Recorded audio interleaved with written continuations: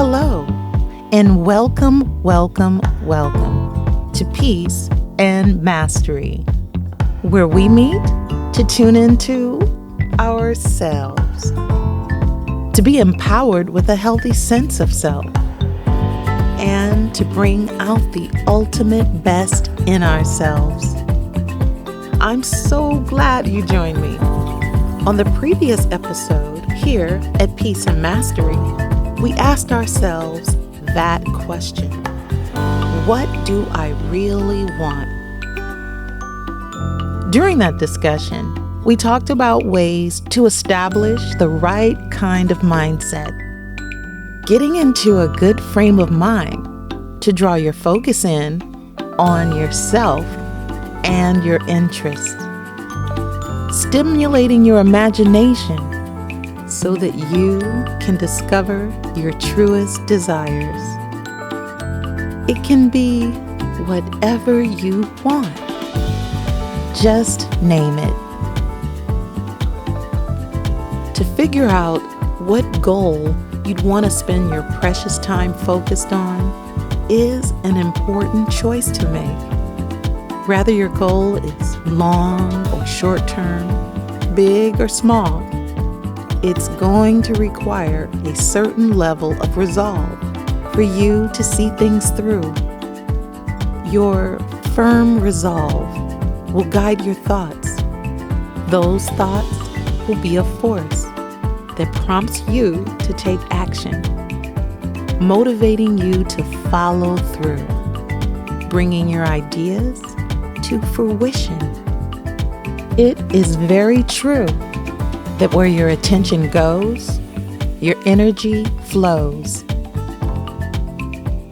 In this world that we live in, all kinds of unexpected challenges have a way of showing up, even when you're completing the most simplest of tasks. When you're in pursuit of a goal, it's no different. In fact, I can pretty much guarantee you that unforeseen obstacles and challenges will occur during your journey. To conquer those obstacles like the champ I know that you are, it is essential that along with your goals being well defined, that they also be paired with a strong belief system. Let me explain what I mean by belief system. I think it's best I clarify that I'm not referring to religious beliefs, which are often referred to as a belief system. What I'm referring to is a person's entire way of thinking. Because in reality, all of your thoughts, good or bad, true or false, the ones that live and reside in your mind, occupying space in your mind, all of those thoughts influence the way in which you think. And they're all a part of your belief system. Now, some thoughts will occur much more frequently than others do. Some thoughts impact your life more greatly than others do. Some thoughts are at work deep in your subconscious without you even being fully aware of them. But there they are, busy at work, taking every opportunity to influence your decisions and your activities. Once you slow down enough and begin to pay more in-depth attention to yourself, you'll gain more and more awareness and insight about the thoughts circulating through your mind, influencing your beliefs that will ultimately influence the outcomes of all the activities related to your life. Now, naturally, we'll want to keep the good ones, the ones that are beneficial in some way. However, those thoughts that could be a hindrance to us, they'll need to be put in check. Regardless of where you're at on your journey, if you're sensing that maybe you lack motivation when it comes to taking action, or if you're feeling kind of stuck, it's time to slow down and take a good, hard look at what's taking place in your mind. Scrutinizing those thoughts that are in conflict with your ambitions, the opinions, criticisms, and predictions that don't empower you cannot hold a position of power in your mind. To demonstrate what I mean, let's consider a toddler who's intent on walking. The proper mindset is there long before their little legs are even ready to stand. They're pulling themselves up onto things, crawling around, even at high speeds. Before they're even strong enough, they'll be making their first attempts to walk. These inclinations are mainly attributed to our natural primitive instincts. Instincts that are also demonstrated with infants who quickly learn to swim, because babies aren't actually born swimmers. But most every baby can learn to swim, and extremely quickly, from birth no less, till about 6 months of age. Now, they don't have the moves that a mature swimmer would have, and they don't have one other thing that develops later in childhood, and that is fear. Just as with a toddler learning to walk, even after some tough falls and bruises, at some point, that child won't even allow you to hold their little hands. No, they'll push you away. So strong is their resolve. And oh, the pride they have once they start walking. I know you've witnessed that happen before. That desire to develop and exercise personal strength and succeed. Seems there's nothing more natural than progress, development, and success.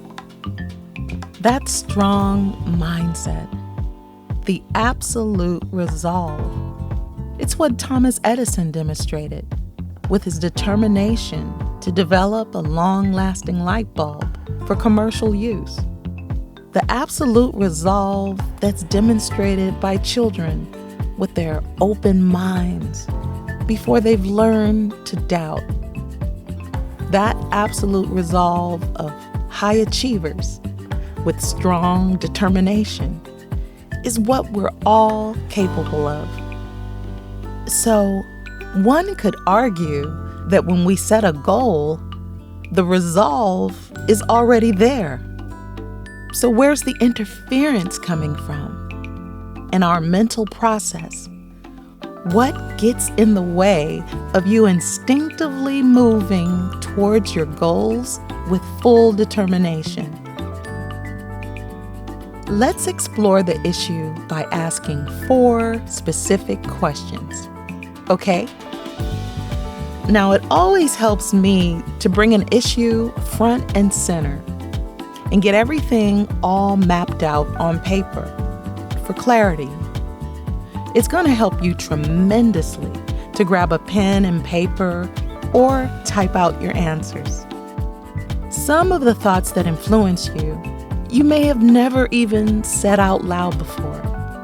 So putting those thoughts into words will help you get a better understanding of how they're influencing your many actions and decisions. So I hope you're ready to give it a try. You can pause this video whenever you like and feel free to take all the time you need. I'll still be here when you come back. So here we go. 4 questions. Question number 1. What thoughts come to mind when it's time for you to get moving on a task, a vital task, essential to you accomplishing a goal?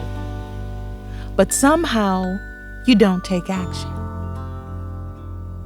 I'll say it in another way.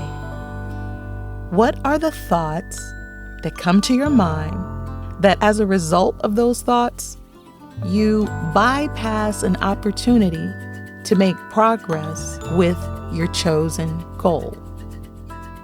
Think about it. You have this ambition, which is positive. Then somehow, with the help of some thought, you actually convince yourself not to take action. How does that happen?